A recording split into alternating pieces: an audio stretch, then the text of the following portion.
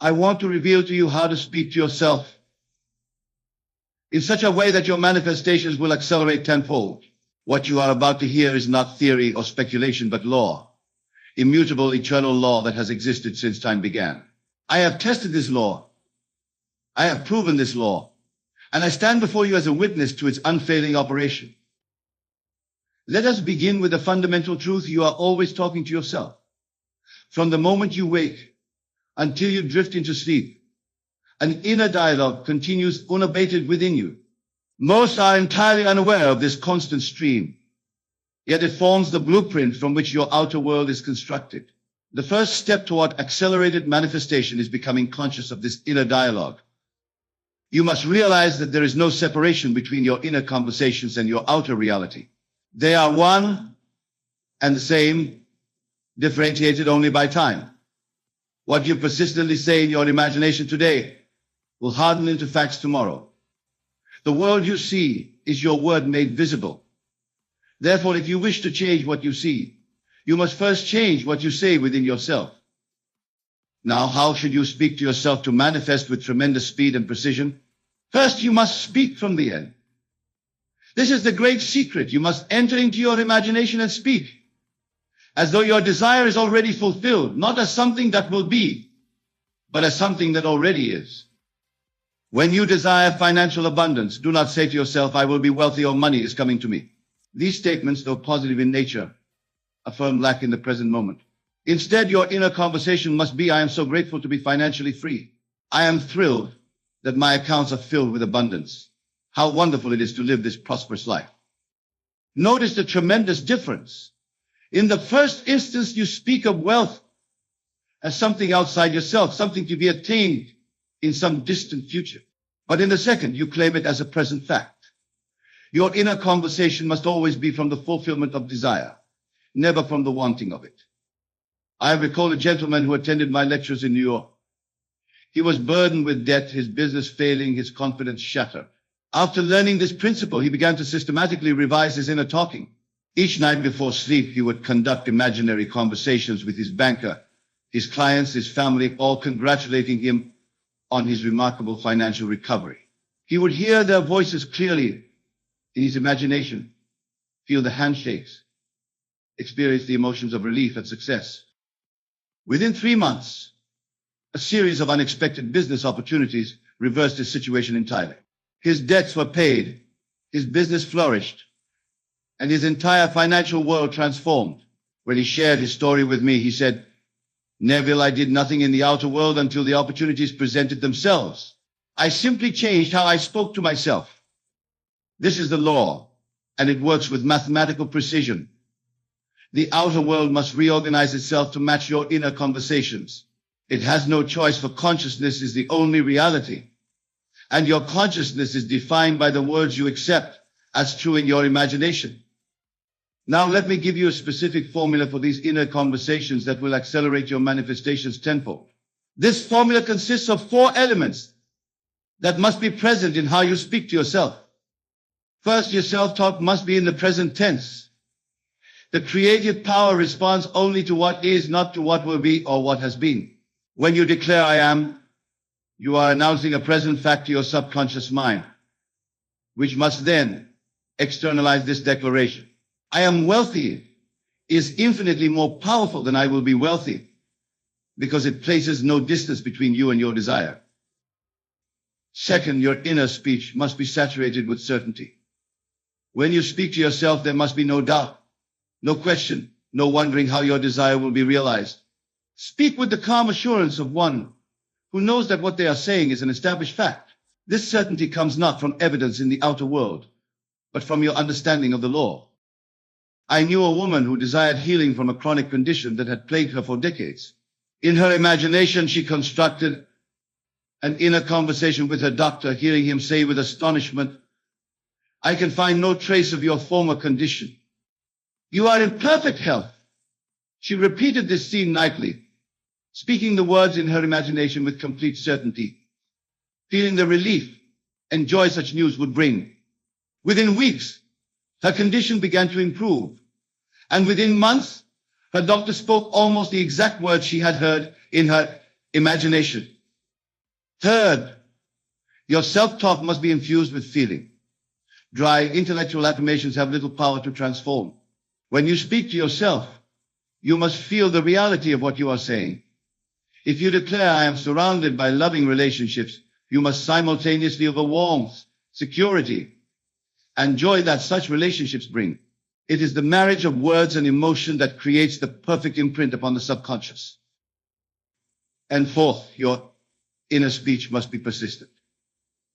A few moments of aligned self-talk followed by hours of contradictory inner chatter will produce mixed results at best.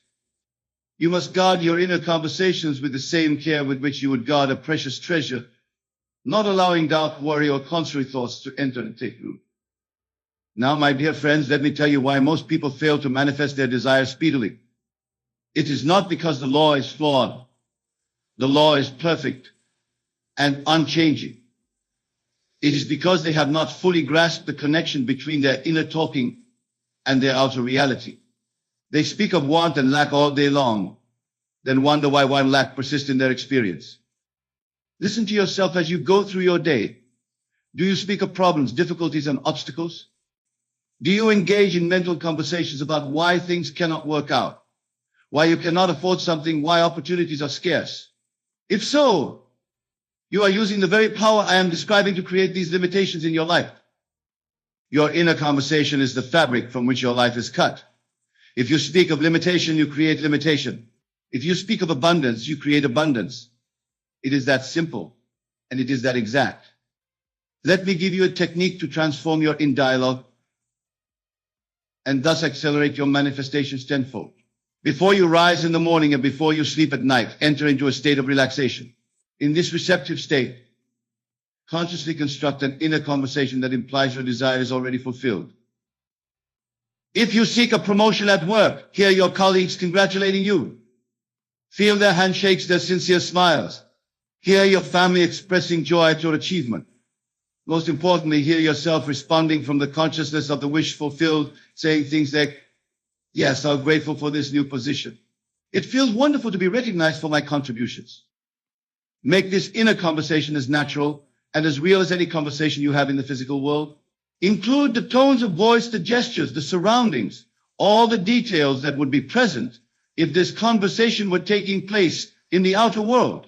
Then throughout your day, whenever your mind is not engaged in necessary activities, return to this conversation. Let it play in your mind like a favorite song that you cannot stop humming. I assure you, if you persist in this practice, your outer world must reshape itself to match your inner conversations. It is law, and law does not fail. Now, many of you are wondering, how long will it take for my manifestation to appear? The speed of manifestation depends on several factors. The intensity of your feeling, the consistency of your inner conversations, and your ability to remain faithful to the new concept of self all influence the time of arrival. But I can tell you this with certainty. When you master the art of speaking to yourself from the end, manifestations that once took years can unfold in months. Those that took months can appear in weeks. And those that took weeks may materialize in days. Remember always that time in our three-dimensional world is not the same as time in the imagination. In the imagination, the entire journey from desire to fulfillment can be collapsed into a single moment. When you speak to yourself as if your desire is fulfilled, you are operating in this timeless dimension, bringing the future into the present with the power of your word. I recall a student of mine who mastered this technique with remarkable results. He had applied for a position that seemed beyond his qualifications, a position hundreds of others sought as well. Rather than anxiously waiting for the decision, replaying in his mind all the reasons why he might not be chosen, he disciplined himself to hear only one inner conversation, his new colleagues welcoming him to the team, discussing projects they would work on together, sharing ideas as though he were already established in the role. He persisted in this inner talking for just over a week. Then, without any outer action on his part, he received a call informing him that not only had he been selected for the position, but that the committee had been unanimously impressed by his application. When he later spoke with the hiring manager, he discovered that certain decision makers had inexplicably felt drawn to his application over those of candidates with more extensive credentials. This is how the law works. The outer circumstances, the so-called facts of the case, are merely shadows. Your inner conversations are the substance from which these shadows are cast. Change the substance, and the shadow must change accordingly. Let me now address a question that frequently arises. What if my inner conversations have been negative for years? Can I truly overcome this pattern? The answer is an emphatic yes. The power to change your inner dialogue exists in the present moment, not in the accumulated momentum of the past. When you become aware that you have been speaking to yourself in ways that perpetuate limitation, do not condemn yourself. Simply begin now to speak differently. The subconscious mind does not reason or argue, simply accepts what the conscious mind impresses upon it. Begin now to impress upon it only what you wish to see manifested. If you have habitually spoken to yourself with words of self-criticism, replace this inner talking with words of self-appreciation. If you have told yourself stories of struggle and scarcity, begin immediately to tell your stories of ease and abundance. The past has no power except the power you give it through your continued attention. Withdraw your attention from what has been and place it fully on what you choose to be. I have seen individuals transform lifelong patterns of failure and frustration in remarkably short periods simply by becoming disciplined guardians of their inner speech. Your past inner conversations created your present, but your present inner conversations are creating your future. The power is always in the present moment. Now I want to share with you a profound secret about accelerated manifestation. The words you speak to yourself are powerful, but the questions you ask yourself may be even more so. When you ask a question, your mind must search for an answer. It cannot help itself. Therefore, the questions you habitually ask yourself direct the course of your thinking and consequently the course of your experience. If you constantly ask yourself, why am I so unlucky? Or why can't I ever get ahead? Your mind will dutifully supply reasons, whether they are true or not. But if you ask, why am I so blessed? Or why do wonderful opportunities constantly come my way? Your mind must search for evidence of blessing and opportunity. Transform your inner questioning to align with your desires. Instead of, can I afford this? Ask, how can I afford this? Instead of, why is this happening to me? Ask, what is the gift in this experience? Your mind will move in the direction of your questioning, and your manifestations will follow accordingly. I knew a gentleman who had struggled with finding suitable employment. In our conversation, I noticed that he continually asked himself, why won't anyone hire me? I suggested that he change this one question to, why am I so in demand in my field? He thought the suggestion simplistic, but agreed to try it. Each time the old question arose in his mind, he consciously replaced it with the new one. He reported that at first his mind went blank, having no ready answer to why he would be in demand. But he persisted, and gradually his mind began to supply answers. His unique combination of skills, his reliability, his creativity in solving problems. As he focused on these answers, his entire self-concept shifted. Within 3 weeks, he received 2 job offers, both offering higher compensation than he had dared to expect. This is the power of directed inner questioning. It is a form of self-talk that engages your creative faculties in a particularly potent way. Master this, and you accelerate your manifestations dramatically. Let us now address another aspect of speaking to yourself for accelerated manifestation. The words you use to describe your identity. The most powerful words in any language are I am. For these words define your self-concept, and your self-concept determines the entire range of what is possible in your experience. When you say I am, you are making a claim about your essential nature, and the universe must respond accordingly. Therefore, be extraordinarily careful about what you attach to these powerful words. I am tired creates more fatigue. I am broke creates more financial lack. I am confused creates more uncertainty. Instead, consciously choose empowering completions to I am. Even if your outer circumstances temporarily contradict these statements, speak to yourself with words that align with your desired state. I am prosperous. I am healthy. I am confident. I am surrounded by wonderful opportunities. Some will say this is lying to yourself. I tell you it is not. You are acknowledging the deeper truth of your being, the truth that exists in the imagination, which is the only reality. What you see in the outer world is merely a shadow, a reflection of past concepts of self. As you change your I am statements, you change the substance from which these shadows are cast. I recall a woman who had struggled with her weight for decades. Her inner speech was filled with statements like, I am fat, I am undisciplined, I am destined to struggle with my weight forever. After learning this principle, she began to vigilantly guard her I am statements, replacing them with I am naturally slender, I am in love with healthy foods and activities, I am becoming more fit each day. At first, these statements felt foreign to her, but she persisted, especially in those drowsy moments before sleep, when the subconscious is most impressionable. Within months, her attitudes toward food and exercise transformed completely.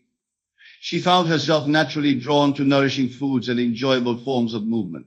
Her body responded accordingly, and she released weight that had seemed immovable for years. The principle is clear: your identity, as defined by your I am statements, creates the boundaries of your experience. Expand these boundaries by consciously choosing I am statements that align with your desires, and your manifestations will accelerate accordingly. Now let me share with you a technique that combines all we have discussed to create an extraordinarily powerful form of self-talk for rapid manifestation. I call it the congratulatory conversation, and it has produced remarkable results for countless individuals. In this technique, you construct an inner conversation between yourself and someone who would be aware of your achievement if your desire were realized. This person is congratulating you on your wonderful manifestation, expressing joy, perhaps even surprised at how perfectly everything has worked out. You hear their words clearly in your imagination, feel the emotions their congratulations evoke, and respond from the consciousness of having already achieved your desire. This imaginal conversation includes all the details that would naturally part of such an exchange. The other person might mention specific aspects of your success, ask how you feel about it, or share in your happiness. The power of this technique lies in its engagement of multiple senses and emotions, as well as its establishment of your desire as an accomplished fact that others are now recognizing. When you can hear others congratulating you in your imagination and feel the naturalness of responding from the state of fulfillment, your manifestation is already complete in consciousness and must externalize in your world. A student of mine wished to relocate to another city, but faced seemingly insurmountable financial and logistical obstacles. Using this technique, he constructed an inner conversation with his closest friend, hearing his friend say, I still can't believe how perfectly your move worked out. Everything fell into place so naturally. Are you enjoying your new home? He would then respond, feeling the satisfaction and relief of being comfortably established in his new location. He practiced this congratulatory conversation for just 15 minutes each day for 3 weeks. During this time, a series of unexpected events occurred. A job opportunity in the desired city came through a connection he had forgotten he had. A relative offered temporary living arrangements that made the transition affordable.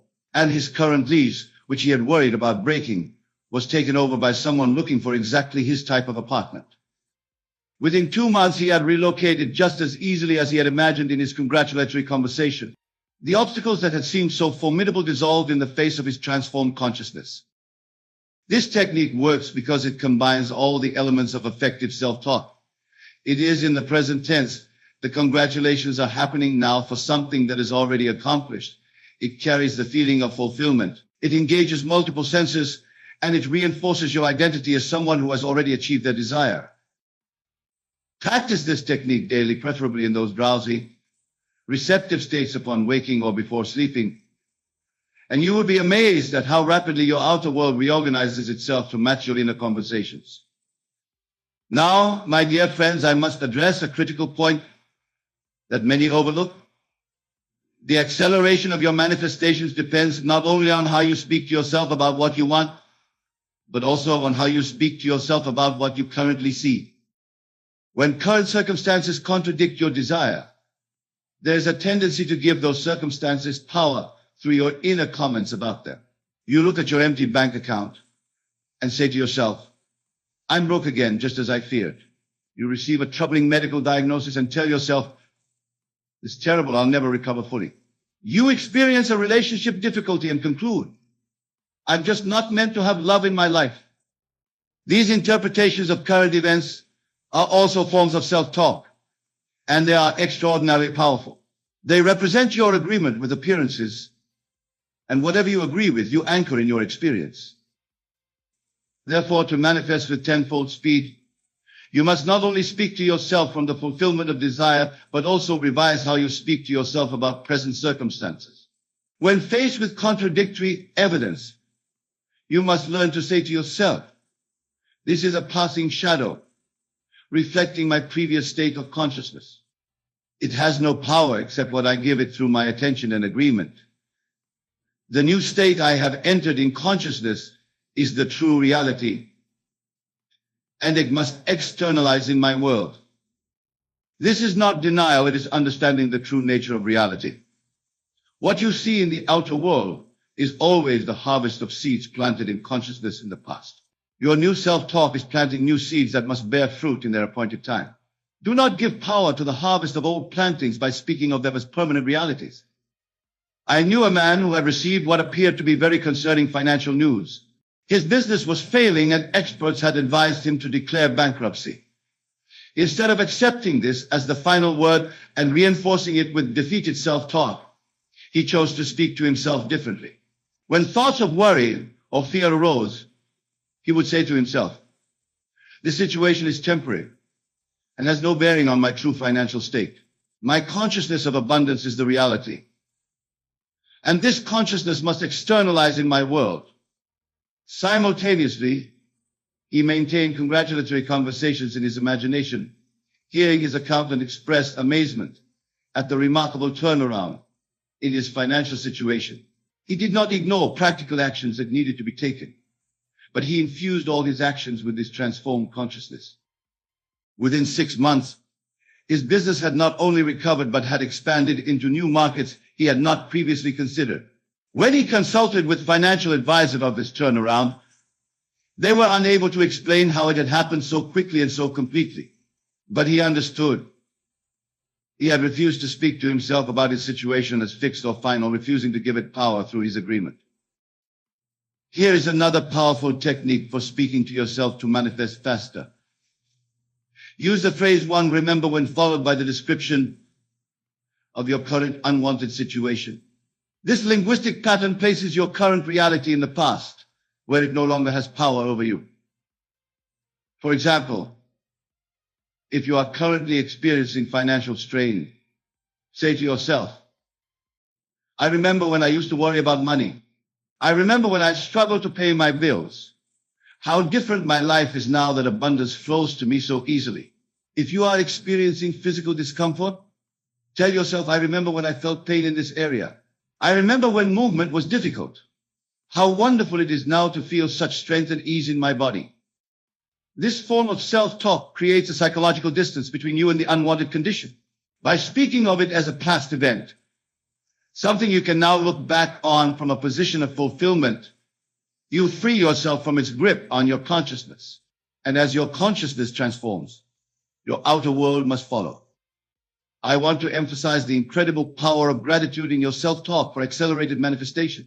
When you speak to yourself with words of thankfulness for your desire as already fulfilled, you establish a vibrational state that is in perfect alignment with what you seek to manifest. Gratitude is the feeling of having already received, and this feeling is the very essence of successful manifestation.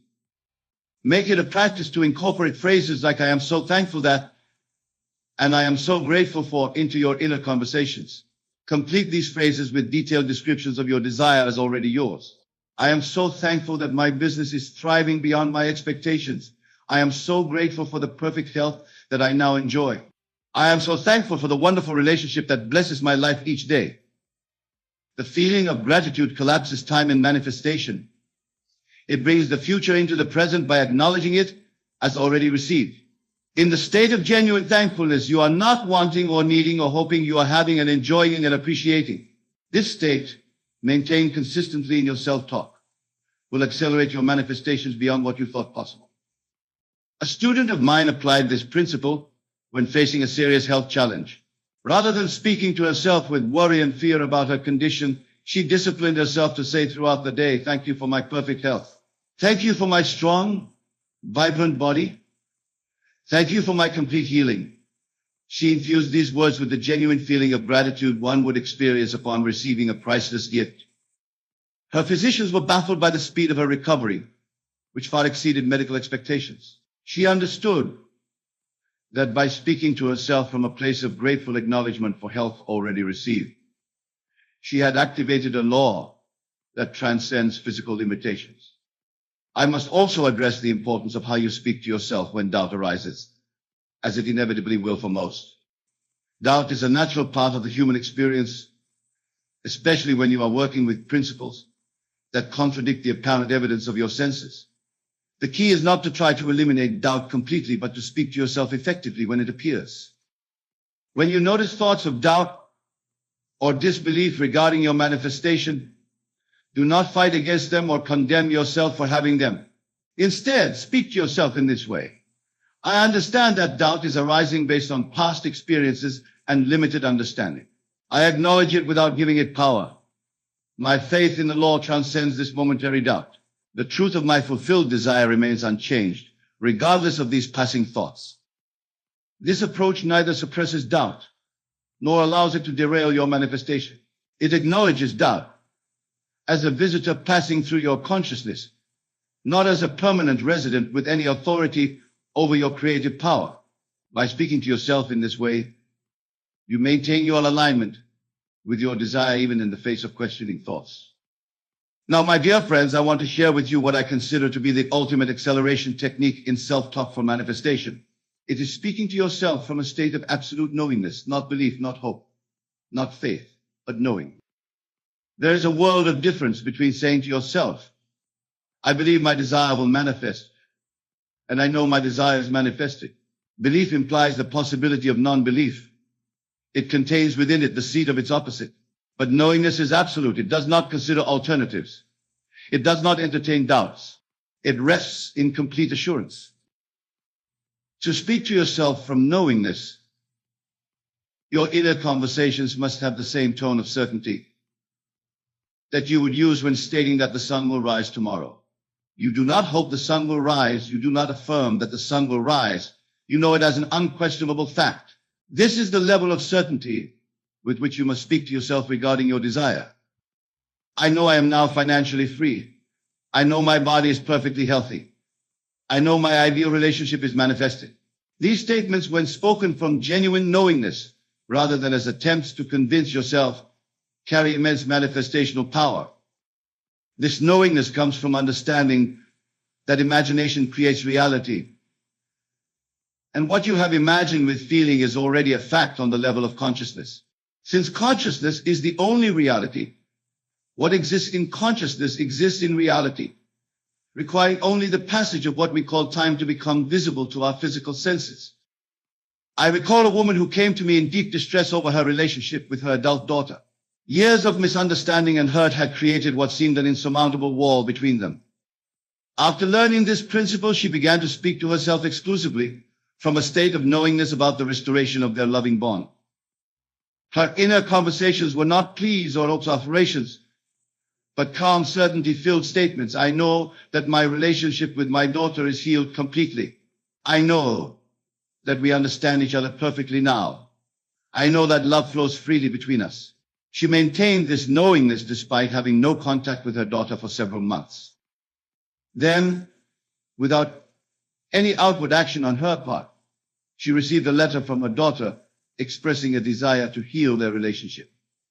Their subsequent reunion unfolded with a grace and ease that seemed miraculous to those unaware of the principle she had been applying. The wall that had seemed so solid dissolved because she knew in consciousness that it was not real. This is the power of speaking to yourself from knowingness. It transcends techniques and methods. It is not something you do, but something you are. And when you consistently speak to yourself from this level of consciousness, your manifestations will not merely accelerate, they will appear in your world with a naturalness and a perfection that may well astonish you. I have shared with you tonight the most powerful techniques for speaking to yourself to manifest tenfold faster. Yet there is one final element I must address, and it may be the most important of all. It is the source from which your self-talk originates. When most people engage in techniques of affirmation or positive self-talk, they do so from their current state of consciousness, a consciousness of wanting, of not having, of trying to change conditions. But there is a far more powerful approach to first enter the state of your wish fulfilled, and from within that state, allow your self-talk to flow naturally. Rather than using self-talk to try to reach your desired state, first use your imagination to enter the state, and then listen to what you naturally say to yourself from within it. This reverses the usual process and yields remarkably accelerated results. To do this, use your imaginative faculty to create a scene that implies your desire is already fulfilled. Enter fully into this scene, employing all your senses until it feels more real than your physical surroundings. From within this state, notice what you are naturally saying to yourself. These authentic inner conversations, arising from the consciousness of fulfillment rather than consciousness of wanting, carry tremendous manifestational power. A gentleman who had struggled for years to build a successful business practiced this technique faithfully. Rather than continuously affirming business success while feeling anxious and uncertain, he would first use his imagination to create a vivid scene of sitting in his office, reviewing outstanding financial reports, feeling the satisfaction of achievement. Once he had fully entered this state, he would notice the natural self-talk that arose. This business has unfolded even more perfectly than I anticipated. Each decision has led to greater success. How wonderful to see these results manifested. He discovered that this self-talk, arising organically from the state of fulfillment, felt entirely different from his previous affirmations. It carried no hint of strain or effort, no underlying anxiety about results. It was simply the natural expression of his consciousness in the state of his wish fulfilled. Within 9 months of practicing this approach, his business transformed completely. Opportunities he could not have logically anticipated presented themselves, ideal clients sought him out, and financial abundance flowed to him with an ease that seemed effortless. This is the ultimate secret for speaking to yourself to manifest faster. Let your self-talk arise from within the state of fulfillment, rather than using self-talk to try to create the state. The difference in results will astound you. My dear friends, I have shared with you tonight the most powerful principles and techniques for speaking to yourself to manifest tenfold faster. I have given you the law, and the law never fails. It is now up to you to apply what you have learned with discipline and persistence.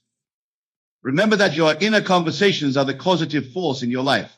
Guard them, direct them, infuse them with the consciousness of your wish fulfilled. And watch as your outer world transforms to match this new pattern established in consciousness. Begin tonight as you prepare for sleep.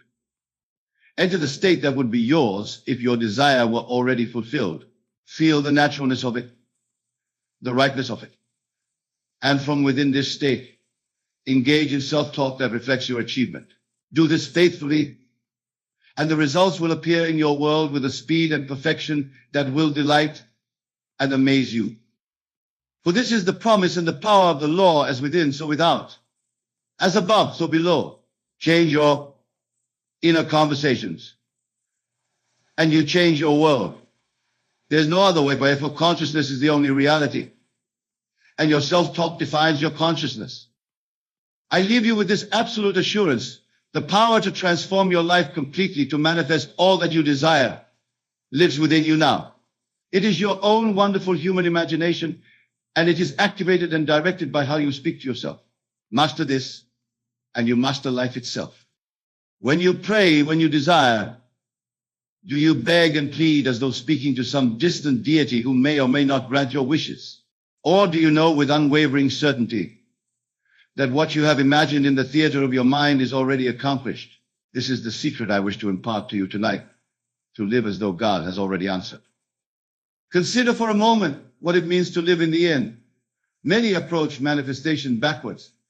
They believe that when their desire is fulfilled in the outer world, then they will feel the joy, the relief, the satisfaction of having received it. But I tell you, this feeling precedes manifestation. The world is nothing more than the outpicturing of states of consciousness. If you would claim a thing as yours, you must first assume the feeling of already possessing it. There's a passage in Scripture that illuminates this principle with crystal clarity. Therefore, I tell you, whatever you ask for in prayer, believe that you have received it, and it will be yours. Not that you will receive it at some distant point in the future, but that you have received it now. The secret is to live from the end, not for it. Let me share a simple truth that many find difficult to accept. The world you perceive is nothing more than your own consciousness pushed out. There is no one to change but self. There is nothing to change but your concept of self. If you would change the outer world, you must first change your inner assumptions. Tonight, I wish to guide you to that place within yourself where creation has already been completed. For all that you could ever desire already exists in the realm of infinite possibility. Your task is not to create it anew, but to simply appropriate what already is. Imagine, if you will, that you have a desire. Perhaps it is financial abundance, vibrant health, a loving relationship, or success in your chosen field. The natural tendency of man is to look at present circumstances and say, but how? How can this desire possibly be realized given my current reality? And in that moment, imagination is subordinated to the evidence of the senses. This is the cardinal error.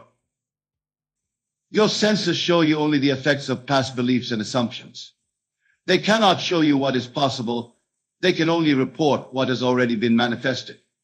To concern yourself with the how is to place limitations upon the limitless. Instead, I urge you to ask yourself, how would I feel if my desire were already fulfilled? Then, in the quiet of your own mind, capture that feeling. For feeling is the secret. Every night before you enter into sleep, assume the consciousness of already being what you want to be, of already having what you want to have. Sleep, that mystic state, is the time when the subconscious mind is most impressionable. As you slumber, the seed you have planted will be watered and nourished, growing into manifestation by laws divine and perfect. There was a man who came to me in dire financial straits. His business was failing, debts were mounting, and fear had taken hold of his mind. I told him what I'm telling you, to live as though God had already answered his prayer for abundance. Each night, this man would feel the joy and relief of financial freedom.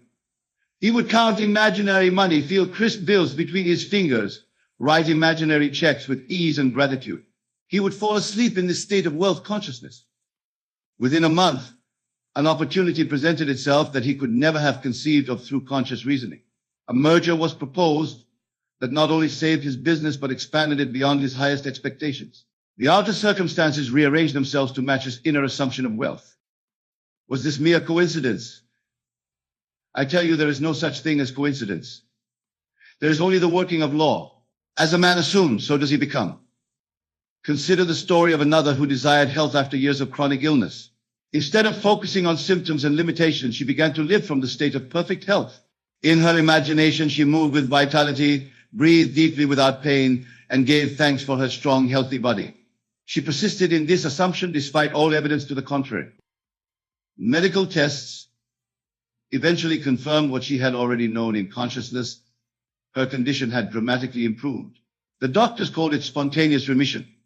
But there was nothing spontaneous about it. It was the natural result of a shift in consciousness. For consciousness is the only reality. You see, the outer world must and will conform to your inner assumptions. It has no choice in the matter, for that is the law by which creation operates. Now, let us address a question that inevitably arises. What of efforts that seem to fail? What of desires that remain unfulfilled despite applying these principles? I say to you that there is no failure in the proper use of imagination. What appears as failure is simply the revelation of a conflict within consciousness. Perhaps you affirm one thing while deeply believing another. Perhaps you mentally argue against your own good. Or perhaps, and this is often the case, you have not truly assumed the feeling of the wish fulfilled with sufficient intensity and persistence. For imagination to be effective must be faithful. You cannot mentally vacillate between states of having and not having. You must be single-minded in your assumption. As James warned, he who wavers is like a wave of the sea, driven and tossed by the wind. That person should not expect to receive anything from the Lord. Living as though God has already answered means maintaining your assumption despite all evidence to the contrary. It means being faithful to the unseen reality of your desire fulfilled, while the senses still report the old story. This faithfulness is not always easy. The world will test your resolve. Friends and family may mock your new attitude when circumstances have not yet changed. Your own doubts may arise like specters in the night. This is the wilderness period, the interval between your assumption and its manifestation in the outer world. During this period, you must guard your mind as one would guard a precious treasure. For your mind is indeed the treasury from which all your experiences are drawn. Mental diets are as necessary as physical ones. Feed your mind with the assumption of your wish fulfilled, and starve all contrary thoughts by withdrawing attention from them. Let me tell you something of the nature of assumption. An assumption is not a verbal statement, though it may begin as one. A true assumption is a state of consciousness, a mood, a feeling that permeates your entire being. When you genuinely assume a state, you think from it, not of it. There is a world of difference between the two. To think of being wealthy is to implicitly acknowledge that you are not wealthy now. But to think from wealth is to view the world through the eyes of a wealthy person. How would you react to a friend's request if you were wealthy? How would you plan your day? What thoughts would cross your mind as you make purchases or review your finances? This is thinking from the state, and it is this type of thinking that has the power to transform your world. For as you assume a state, you are transferred into it.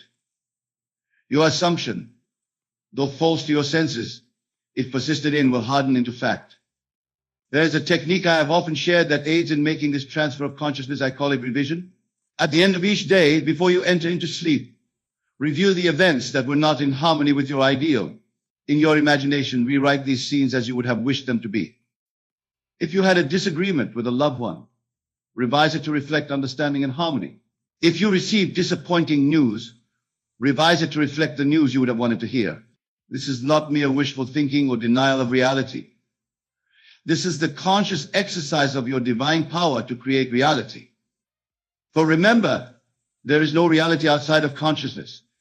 What you take to be an objective, immutable world is really a malleable, plastic substance waiting to be shaped by your assumptions.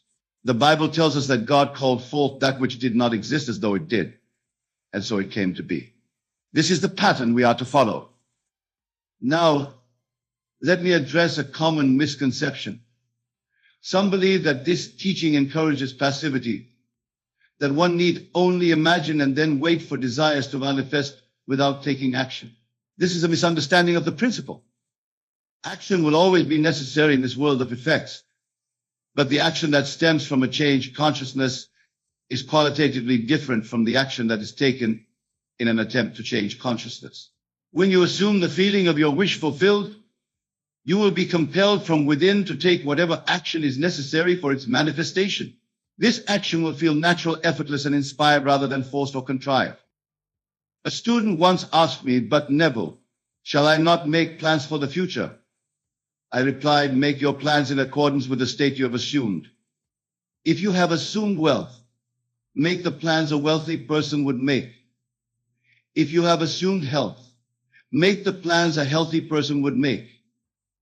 Your actions must be in alignment with your assumption. This is walking by faith and not by sight. Faith is nothing more than consciousness of being that which you desire to be. Walking by faith means living from the state of consciousness of your wish fulfilled, while your senses may still tell you otherwise. I recall a letter from a woman who had attended one of my lectures. She had been separated from her husband for many years and desired reconciliation, though there had been no contact between them. After hearing these principles, she began to sleep each night in the assumption that her husband was beside her. She would feel his presence, speak to him in her imagination, and feel the joy of their reunion. Within 2 weeks, she received a telephone call from him. He was in town and wished to see her. Their meeting led to a complete reconciliation, and they never again separated. What brought this about? Not her actions in the outer world, for she had taken none. It was her shifting consciousness, her faithful assumption that brought about the change in circumstances. Now, some of you may be wondering about time frames. How long, you ask, will it take for my assumption to materialize in the outer world? This is a natural question, but one that betrays a misunderstanding of the process. Time is not a factor in the operation of this law. What is a factor is the intensity of your assumption and your faithfulness to it. Some desires manifest instantly, others take longer to unfold. The key is to continue living from the end, undeterred by the passage of time and the lack of physical evidence. Remember the story of Joseph in Scripture.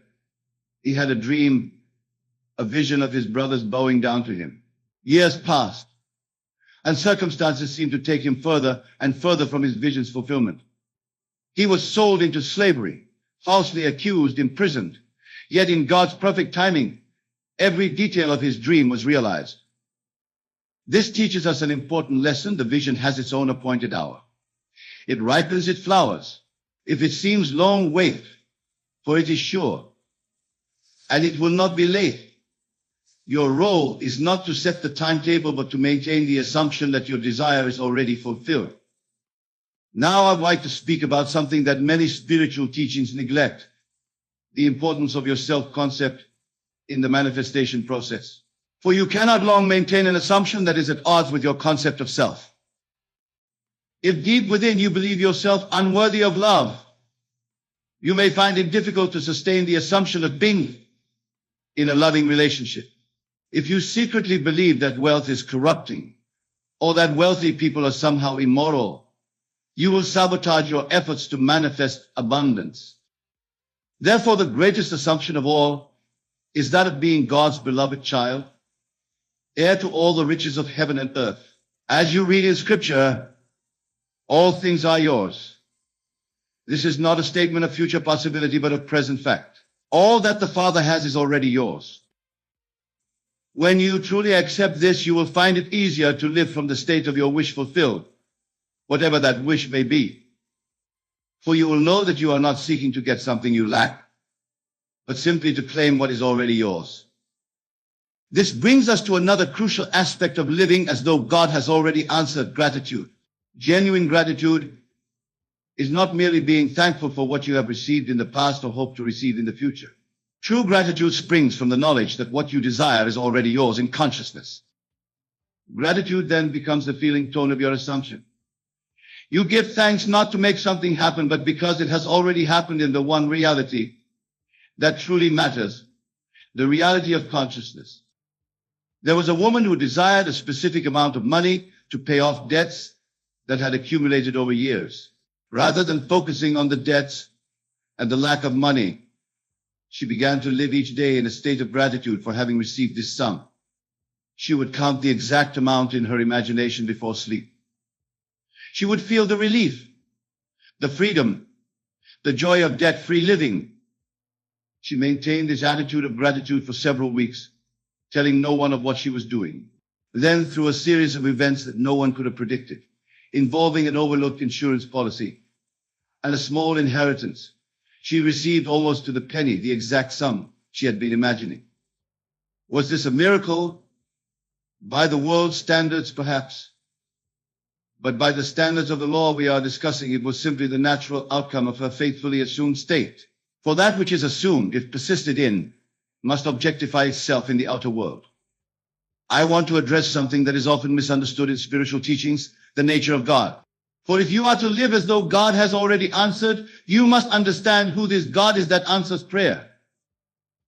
God is not some being separate from yourself, waiting in the heavens to grant or deny your petitions based on some arbitrary standard of worthiness. God is your own wonderful human imagination. This is the creative power that shapes your world. This is the I am at the center of your being. When Scripture says, I am that I am, it is revealing the nature of God and the nature of man, for they are one. Whatever you attach to the phrase one am in your consciousness becomes your reality. I am poor. I am wealthy. I am loved. I am neglected. I am healthy. I am sick. These are all creative statements. Therefore, when you imagine your desires fulfilled and feel the reality of it, you are experiencing God answering your prayer in the only place prayer is ever answered: in consciousness. Living as though God has already answered means claiming your rightful place as a creative being made in God's image. It means recognizing that the power to shape your life lies not in some external force, but in your own consciousness. Let me share with you an experience that illustrates this principle in action. Years ago, a young man attended my lectures who had been seeking employment without success. He had the qualifications, he had the experience, but doors seemed to close before he could even present himself. After learning these principles, he began to sleep each night in the assumption that he was employed in the position he desired. He would feel himself sitting at the desk, interacting with colleagues, receiving his paycheck. Within 10 days, he was called for an interview at a company he had not even known. A mutual acquaintance had recommended him.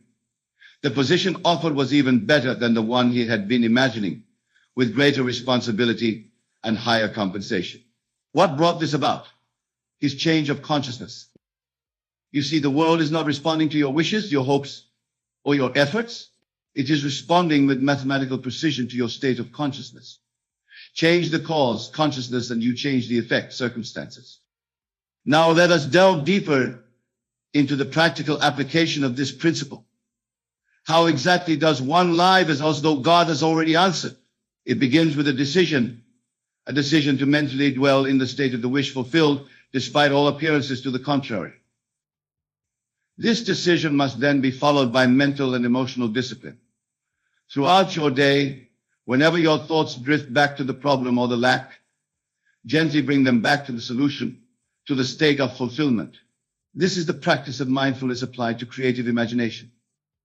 There are specific times when this practice is most effective. The moments before sleep and upon first awakening are particularly potent, for it is during these twilight states that the conscious and subconscious minds are most permeable to one another. As you lay your head upon the pillow, mentally construct a scene that would imply your desire has been fulfilled. Make it as vivid and as real as possible. Involve all your senses. What would you see? What would you hear? What would you touch? How would you feel emotionally? Then allow yourself to fall asleep within this imaginative act. Similarly, in those drowsy moments upon awakening, before the concerns of the day flood in, revisit your imaginal scene. Feel again the joy, the gratitude, the fulfillment. This plants the seed deeply in the fertile soil of the subconscious mind. Throughout your waking hours, there will be moments when doubt arises. This is natural. The senses are persistent in their reports, and old habits of thought do not yield easily. When this occurs, do not fight or resist these thoughts. Instead, gently return to your assumption. Remember, energy flows where attention goes. Withdraw attention from the unwanted state and place it firmly in the state of your wish fulfilled.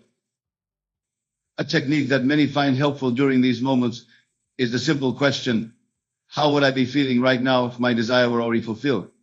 Then, without waiting for the logical mind to intervene, immediately adopt that feeling state. Feeling is the secret, the bridge between imagination and manifestation.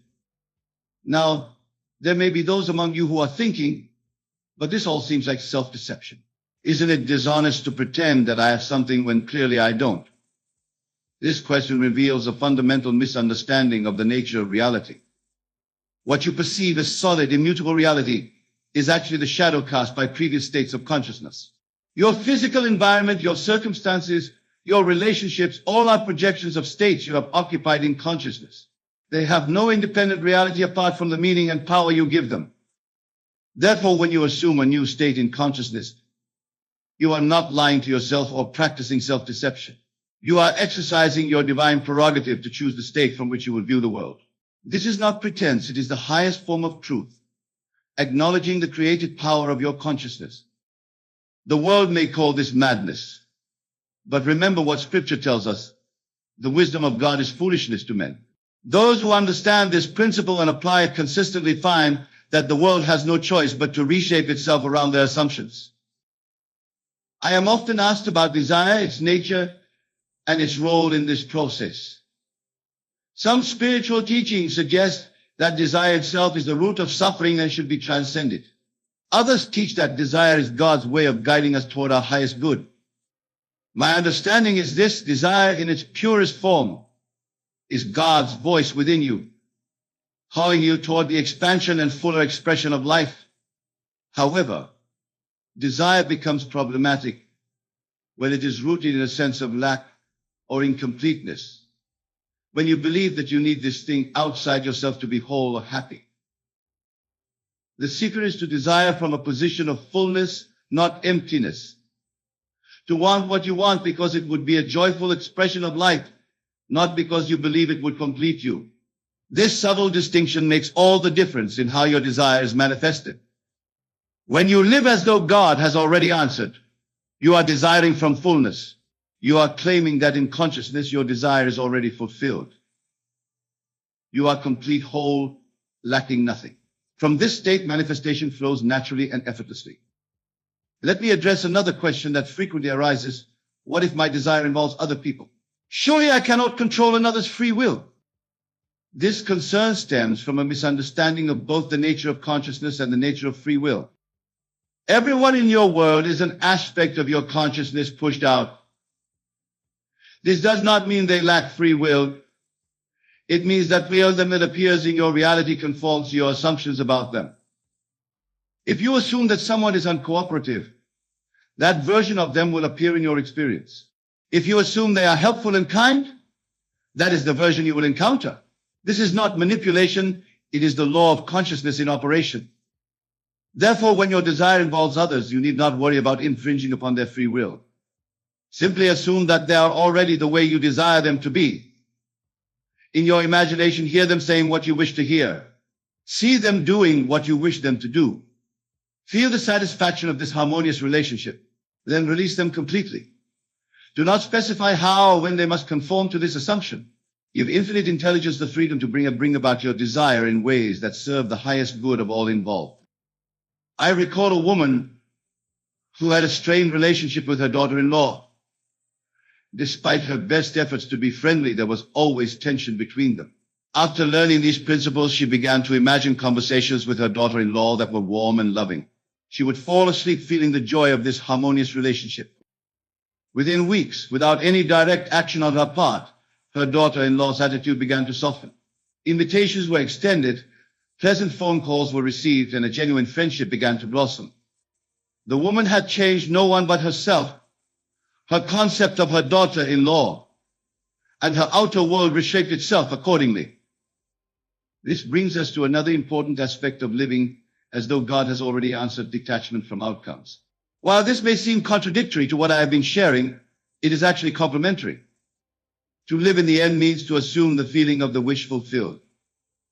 But attached to this must be a willingness to let the infinite wisdom of God determine the how and the when of its manifestation. Your role is to remain faithful to the state you have assumed. God's role, the role of your own marvelous creative consciousness, is to bring about the manifestation in its own perfect way and timing. This detachment is not indifference. Rather, it is supreme confidence in the perfect working of the law. It is the peaceful certainty that what has been assumed in consciousness must objectify itself in reality. It is the difference between white-knuckle determination and graceful allowing. Those who master this art of detached assumption find that their manifestations often exceed their specific mental pictures. They receive not just what they imagine, but something even more perfectly suited to their desires. For the infinite intelligence of God knows what you truly desire better than your conscious mind does. Now I want to address what might be called the shadow side of this practice. What happens when we unconsciously assume negative states? For the law works with equal precision whether our assumptions are positive or negative. Many live their entire lives assuming lack, limitation, illness, or conflict, and then wonder why these conditions persist despite their best efforts to change them.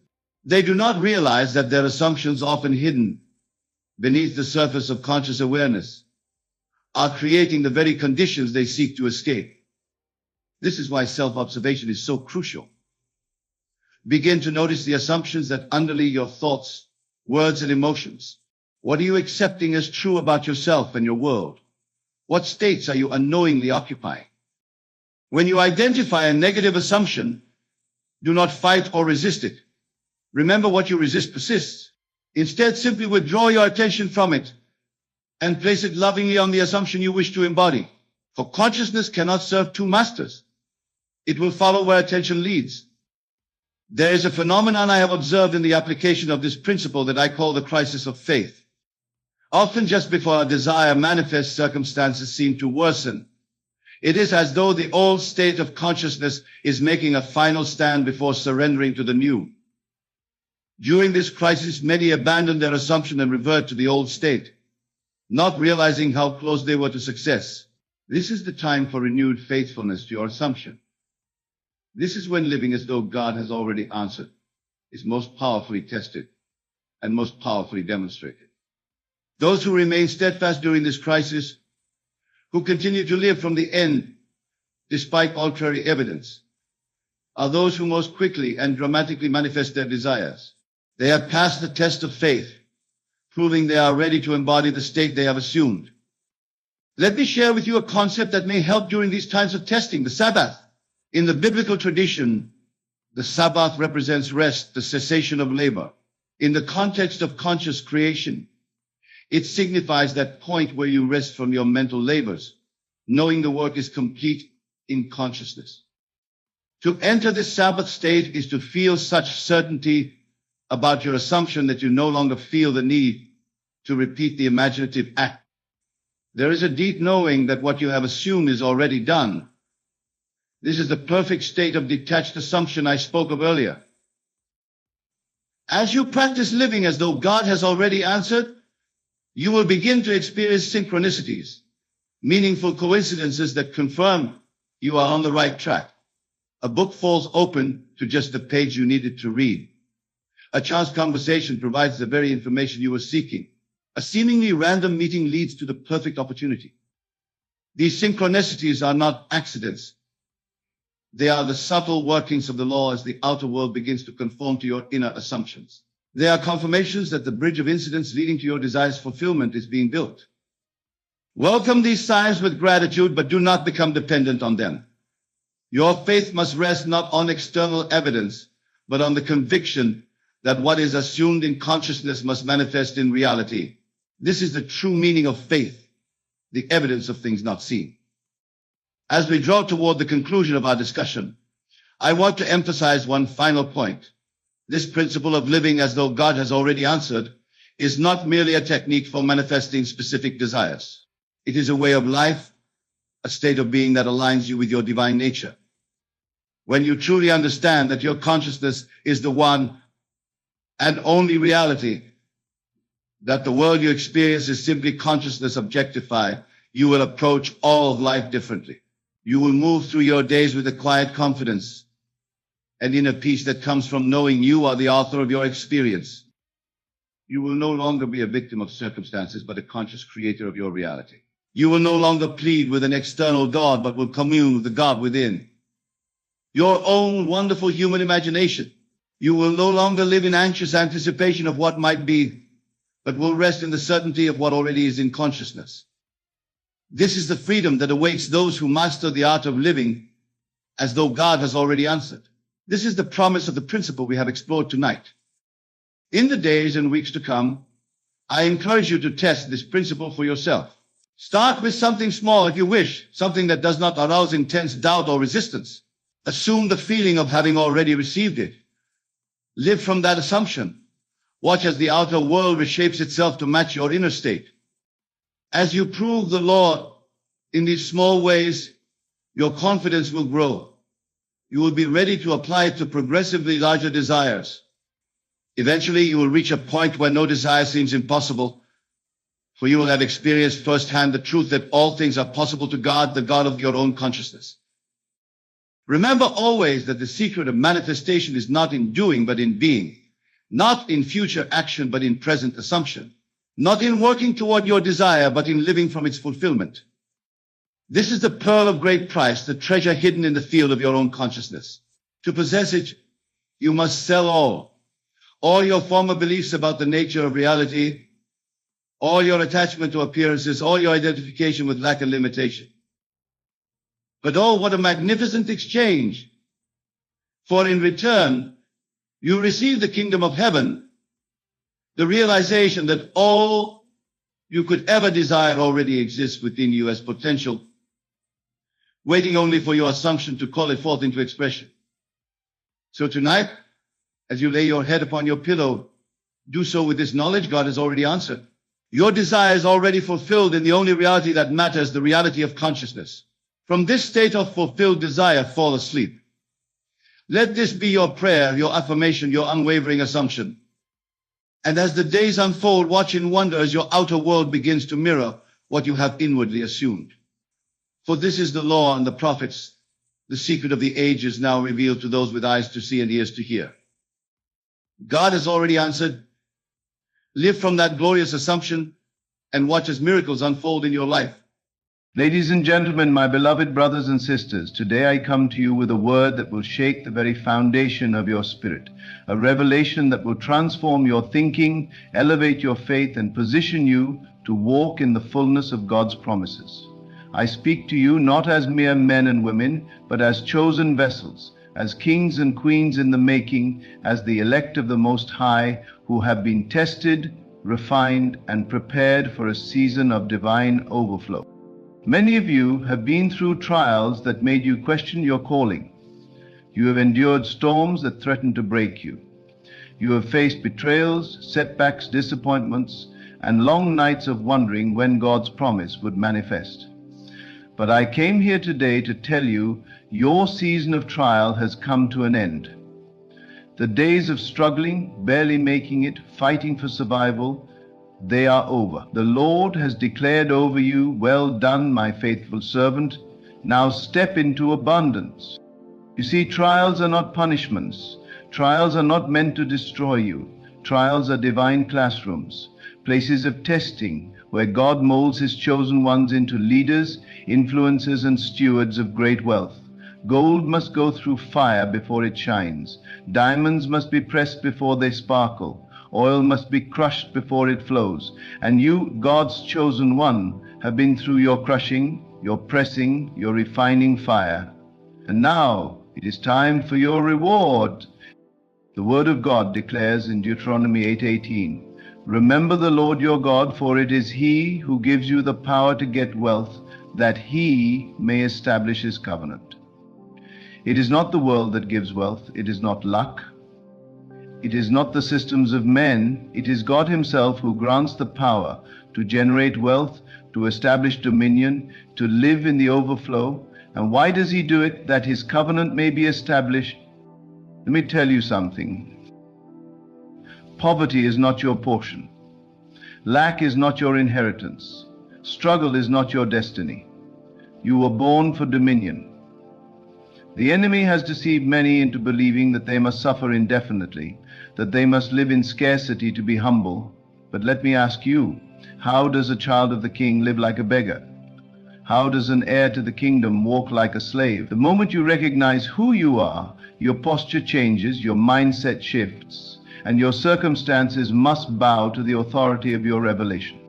You are not just anyone. You are God's chosen. Before you were born, he knew you. Before you took your first breath, he had a purpose for you. And part of that purpose is to be a conduit of his wealth. He is shifting you from borrower to lender, from worker to owner, from survival to significance. The trials were your training ground. The hardships were your preparation. You had to be tested so that when the millions come, you will not be consumed by them, but you will steward them for the glory of God. Let me remind you of Joseph. The young man had a dream of greatness, a vision of prosperity, but before the palace he faced the pit. Before the crown he wore chains. Before ruling he was falsely accused. But through it all God was training him. He was refining his character, sharpening his wisdom, preparing his heart, and when the moment came, Joseph stepped into his wealth, not as a selfish man, but as a divine steward. Likewise, your journey has not been in vain. Every tear you cried, every night you prayed, every moment you felt abandoned, it was all part of the preparation. You had to lose some things to gain better things.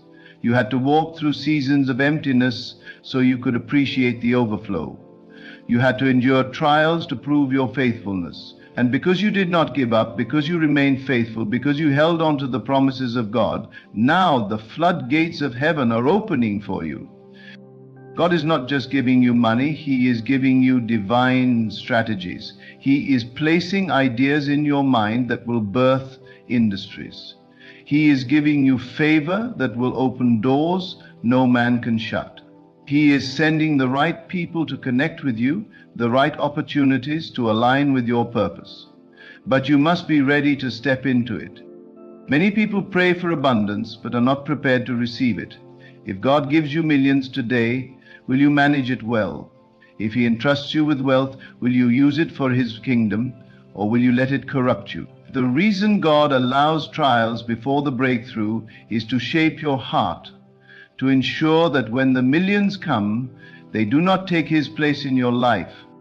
Let me speak prophetically into your life. You are stepping into an era where doors will open without struggle, where financial opportunities will locate you, where debts will be cancelled and wealth will flow into your hands. But hear me. This is not just about you. This is about kingdom expansion.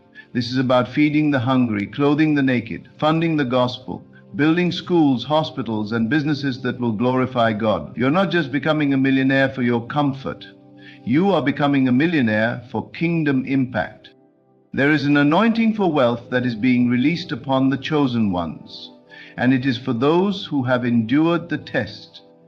The wealth of the wicked is stored up for the righteous, and now is the time of divine wealth transfer. God is positioning you to be a leader in the marketplace, a financier of the gospel, a pillar in your community. The world is waiting for you to rise. Your family is waiting for you to break generational curses. Your city is waiting for the manifestation of God's glory in your life. This is your time. This is your moment. The wait is over. No more delay, no more excuses. Walk boldly into the blessing. Step courageously into the overflow. The trials are over. Now you are stepping into your millionaire status. This is not wishful thinking. This is not motivational speech. This is divine revelation. The enemy has tried to keep you blind to your inheritance, but today your eyes are opening. The chains of limitation are breaking. The curses of poverty are being reversed. The season of just enough is turning into a season of more than enough. So I challenge you today, change your mindset. Stop thinking like a slave and start thinking like a ruler. Stop expecting scarcity and start expecting overflow. Stop waiting for permission and start taking dominion. Wealth is not coming to the lazy. Wealth is not coming to the fearful. Wealth is coming to the diligent, the bold, the faithful, the obedient. The trials were necessary. They humbled you, they refined you, they tested your faith. And now, because you endured, you shall reap the reward. You are not just going to make a little money, you are going to be a millionaire. You are going to fund the kingdom. You are going to change lives. You are going to walk in such abundance that generations after you will call you blessed. So get ready, get positioned, get aligned with God's principles. Sow, invest, plan, and expect the harvest, because what is coming to you is bigger than what you prayed for. It is exceeding, abundant, above all you can ask or think. It is supernatural wealth, divine acceleration, unstoppable favor. The trials are over, and now you're going to be a millionaire. Hallelujah. The problem with many of God's people is not that they lack the capacity for greatness, but that they have been conditioned by the world to expect struggle as their permanent reality. Some of you have been so accustomed to hardship that when God opens a door, you hesitate. When an opportunity comes, you question it. When the breakthrough is at your doorstep, you shrink back in fear. But let me remind you today, God does not bring you through trials just to leave you in the wilderness. He does not allow you to be tested without a reward in mind. Every struggle has a purpose. Every hardship has a lesson. Every delay has a divine reason. And when that purpose is fulfilled, God will do exactly what He promised. He will bless you beyond measure. There are some of you who have been faithful in seasons of lack, and God has been watching. He has seen how you have managed the little you had. He saw you give when it was hard to give. He saw you trust when it was hard to trust. He saw you serve when you were tired and weary. And because you have been faithful over little, He is now about to make you ruler over much. The reason God allows seasons of testing is not to break you, but to qualify you. You have been tested, and now you are stepping into promotion. The trials were the prerequisite for your next level. Many people want the crown without the process. They want the millions without the discipline. They want success without obedience. But God does not work that way. God does not pour oil on an unprepared vessel. God does not release wealth into untrained hands. If you give a child a kingdom, he will destroy it, not because he is evil, but because he lacks the maturity to manage it. That is why God has taken you through trials, so that when the millions come, they will not destroy you, but rather they will empower you. Look at David. Before he became king, he was a shepherd. Before he sat on the throne, he lived in caves. Before he wore a crown, he faced Goliath. Why? Because God had to train him in obscurity before he could trust him with authority. Some of you have been hidden, unnoticed, overlooked, and rejected, but that was part of your training. God was sharpening your skills, developing your character, teaching you patience. And now, the season of hiding is over. You are stepping into your rightful place, not as a servant, but as a ruler. The wealth is coming, the favor is coming, the open doors are coming. But will you be ready? There is a principle in the kingdom. God blesses those who are ready. Some of you are praying for millions, but you have not yet mastered the art of managing hundreds. Some of you are asking for abundance, but your mindset is still stuck in scarcity. God does not pour new wine into old wineskins. Before he releases wealth, he transforms the mind. That is why Romans 12:02 tells us to be transformed by the renewing of our mind. You cannot enter a millionaire's season with a poverty mindset. You cannot step into overflow while thinking like a beggar. Your mindset must shift before your reality does. The enemy has been working overtime to keep God's people ignorant of their inheritance. He knows that a believer with financial power is a dangerous believer. He knows that if you ever step into your wealth, you will break generational curses, fund the gospel, build schools, take over industries, and shift economies. That is why he fights you. That is why he tries to keep you bound in survival mode. He knows that as long as you are struggling, you are distracted. But today I came to announce that the chains are breaking. The deception is being exposed. The strongholds of lack and limitation are being destroyed. You are stepping into a season where money will no longer be your master but your servant. Money was never meant to control you, it was meant to serve you. That is why Jesus spoke so much about stewardship. He did not condemn wealth, he condemned the love of it. Money is a tool, a resource, a means to fulfill purpose. It is not your identity. It is not your security. It is not your God. When you understand this, you will stop chasing money and start attracting it. You will stop worrying about finances and start walking in divine provision. The reason many people struggle financially is because they have made money their master. But Jesus said, "Seek first the kingdom of God and his righteousness, and all these things will be added unto you." When you shift your focus from money to purpose, from survival to dominion, from fear to faith, wealth begins to find you. The chosen ones do not beg for blessings. They walk in blessings. They do not chase favor, they attract favor. They do not wait for opportunities, they create them. This is the season where you must start thinking differently. You are not a victim. You are not at the mercy of the economy. You are not bound by what the world says you can have. You are a kingdom citizen, and in the kingdom there is no lack. In the kingdom there are no limits. In the kingdom, prosperity is your inheritance. Some of you have been conditioned by religion to believe that wealth is evil. But let me ask you, how can you fund the kingdom without resources? How can you be a blessing to others if you are struggling to survive? The Bible says a good man leaves an inheritance for his children's children. You are not called to leave debts behind. You are called to leave a legacy. The wealth that is coming to you is not just for you. It is for your children, your grandchildren, and for the advancement of God's work. This is the time to position yourself. Get educated, develop new skills, Start thinking like an owner. Invest wisely. Seek wisdom. Do not let this opportunity pass you by. The trials are over, the season of struggle has ended, and now it is time to walk into your inheritance. If you have been faithful, God is about to show himself strong in your life. The days of barely getting by are finished. The days of endless battles are coming to an end. Now is the time to rise, to take dominion, and to walk boldly into your millionaire season.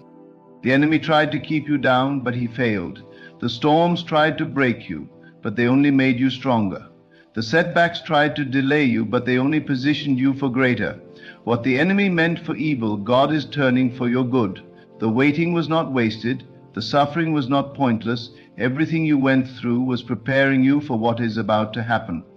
This is not just a new season. This is a new dimension. This is a supernatural shift.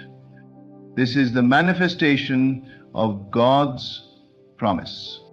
So I say to you today, get ready. Expand your vision. Make room for abundance. Start preparing for what is coming. Do not be like the 5 foolish virgins who were not ready when the time came. Get your house in order. Set your affairs in place. Expect the overflow. You are about to see the hand of God move in your life like never before. You are about to experience supernatural favor.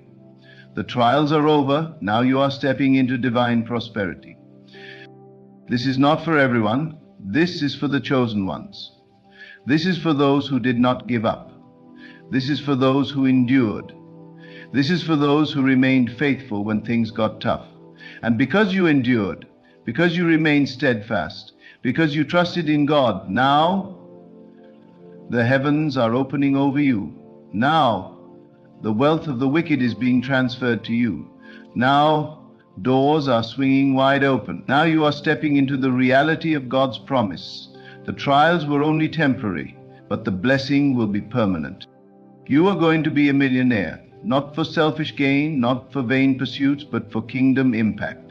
The wealth is coming so that you can be a solution to problems, a light in darkness, a testimony of God's goodness. The days of struggling are over. The trials have served their purpose. Now it is time to walk in the fullness of what God has destined for you. The season has shifted. The floodgates have opened. The trials are over, and now you are going to be a millionaire. The journey you have walked has been necessary.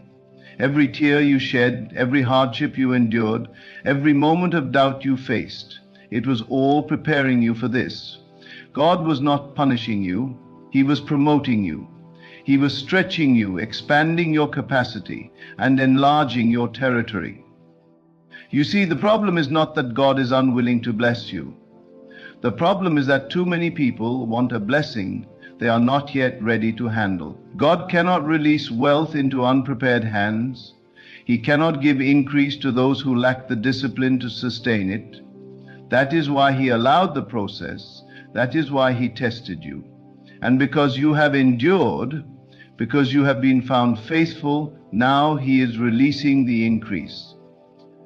Some of you have been crying out to God, asking, Lord, when will my breakthrough come? And He is saying the breakthrough is already here, but are you ready to walk in it? Many people are waiting for a sign, waiting for a miracle, waiting for something external to change. But the truth is, before the external shifts, the internal must shift. Your mindset must shift. Your faith must increase. Your habits must align with the vision God has given you. You cannot expect millionaire status while thinking in poverty. You cannot expect financial increase while still operating in lack. As a man thinks in his heart, so is he. If you see yourself as small, you will remain small. If you see yourself as incapable, you will remain incapable. But when you recognize that you are chosen, when you understand that you have been set apart, when you truly believe that you are destined for greatness, then nothing can stop the manifestation of God's promises in your life. The enemy does not attack people who have no purpose. He attacks those who are dangerous to his kingdom. That is why your trials were so intense. That is why the warfare against you was so fierce. He saw what you were about to become. He saw the wealth that was coming to you. He saw the influence that God was positioning you for, and he tried to break you before you could step into it. But he failed. You're still standing. You are still believing, you are still trusting, and because you did not give up, because you did not quit, now you are stepping into your season of supernatural release. The Word of God says that He will restore the years that the locusts have eaten. Some of you have lost time. You have lost opportunities. You have watched others move ahead while you felt stuck. But God is a God of restoration. He is not just giving you back what you lost, He is multiplying it. He is giving you double for your trouble. He is accelerating what seemed delayed. What took others 10 years will take you 1 year. What seemed impossible will become effortless.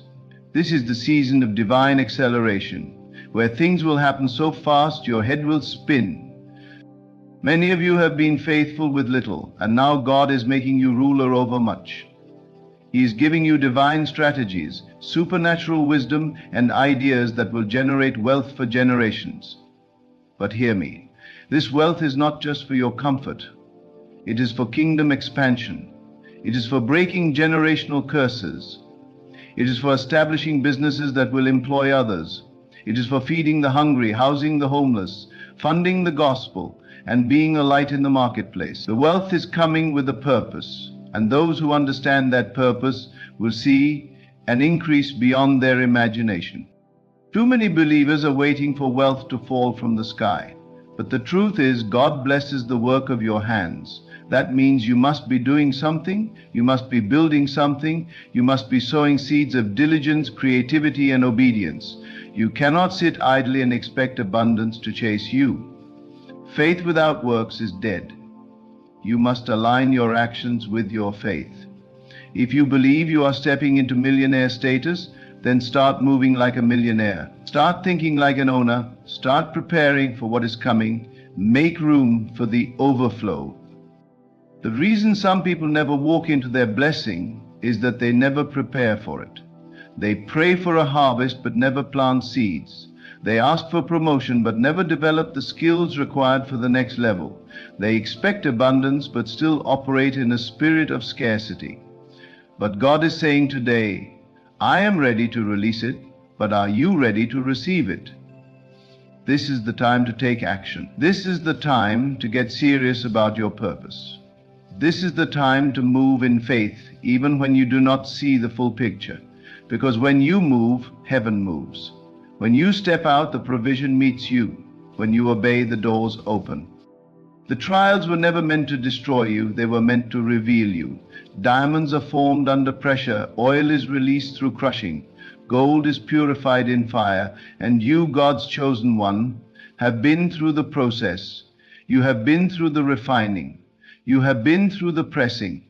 And now it is time for the unveiling. The season of hiddenness is over. The season of struggle has expired. Now you are stepping into the manifestation of everything God has spoken over your life. Some of you have been afraid to step out because of past failures.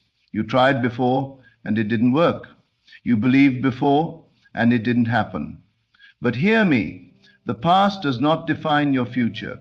The enemy wants to keep you trapped in the cycle of disappointment, but today that cycle is breaking. This is a new season, a fresh start, a divine reset. The doors that closed before will now open. The opportunities that were blocked will now be released. The favor that was delayed will now accelerate. God is not limited by your past. He is not restricted by what has happened before. He is doing a new thing. Can you perceive it? Can you embrace it? Can you believe it? Because those who believe will see the manifestation. Those who expect it will walk in it. Those who align themselves with God's promises will experience supernatural results. This is not the time to shrink back. This is not the time to hesitate. This is the time to move boldly, to walk in faith, to take possession of what belongs to you. You have been anointed for such a time as this. You have been positioned for this moment. Everything you went through was leading to this. The struggles, the setbacks, the betrayals, the losses, they were all necessary for your elevation. And now the elevation has come. The shift has happened. The wealth is being transferred, the resources are being released, and those who have been faithful will now reap the rewards. So let me ask you, are you ready? Are you truly ready to walk in the fullness of God's blessing? Because this is not just about financial wealth.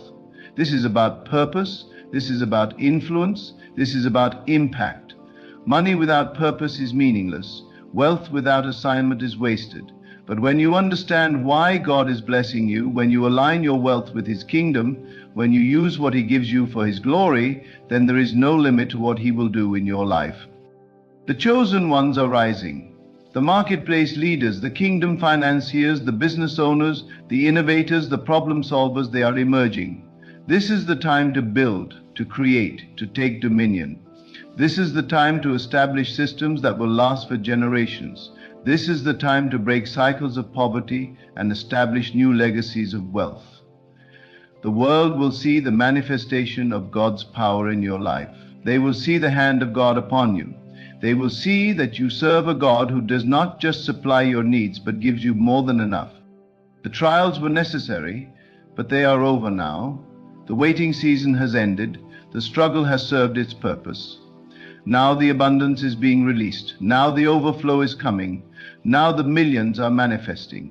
And those who are ready will walk into it. Those who are prepared will take possession. Those who believe will see the impossible become possible. This is the hour. This is the moment. The season has shifted. The trials are over. Now you are going to be a millionaire. There is a sound in the spirit, a sound of breakthrough, a sound of release, a sound of divine acceleration.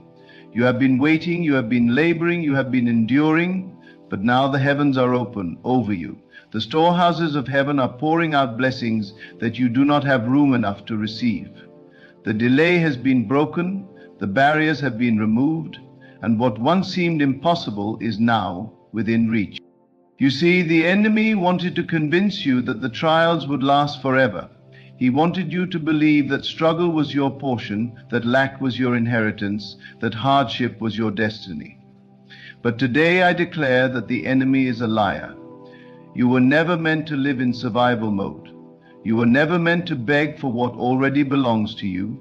You were never meant to live beneath your calling. You were created for dominion, for abundance, for overflow. You were designed to be the lender and not the borrower, the head and not the tail, above and not beneath. And now you are stepping into that reality. This is a divine wealth transfer. This is supernatural favor. What took others decades to accomplish will happen for you in moments. Contracts will find you, clients will seek you out, partnerships will be established, doors you did not even knock on will open, your name is being spoken in rooms you have never entered. People are being divinely positioned to bless you, to invest in you, to elevate you, not because of luck, not because of chance, but because God has ordained it. Because the trials were only a test, and now that you have passed, you are stepping into your season of divine reward. There is a shift happening, a supernatural shift. It is happening right now, even as you hear these words. Things are aligning in the spirit. Mountains are being moved. Chains are breaking. And as you step forward in faith, you will see the evidence. You will see the manifestation. You will see the fulfillment of God's promises. The trials were necessary, but they are over. The struggle was a process, but it is complete. Now the floodgates of heaven are open. Now your millionaire season has arrived. Now is the time to walk boldly in the manifestation of God's promises. The trials were never meant to define you. They were meant to refine you. The struggle was never your destiny. It was only preparation for your elevation. You have been tested. You have been stretched. You have been shaped for this moment. And now the season of lack has come to an end. Step forward with faith. Move with expectation. Align your mind, your actions, and your spirit with the abundance that God is releasing into your life. This is not the time to shrink back, not the time to doubt, not the time to hesitate. Everything you have endured was for this purpose, to position you for increase, to establish you in dominion, to release you into wealth that will not just bless you, but will impact generations. The shift has happened. The doors are open. The opportunities are before you. The trials are over.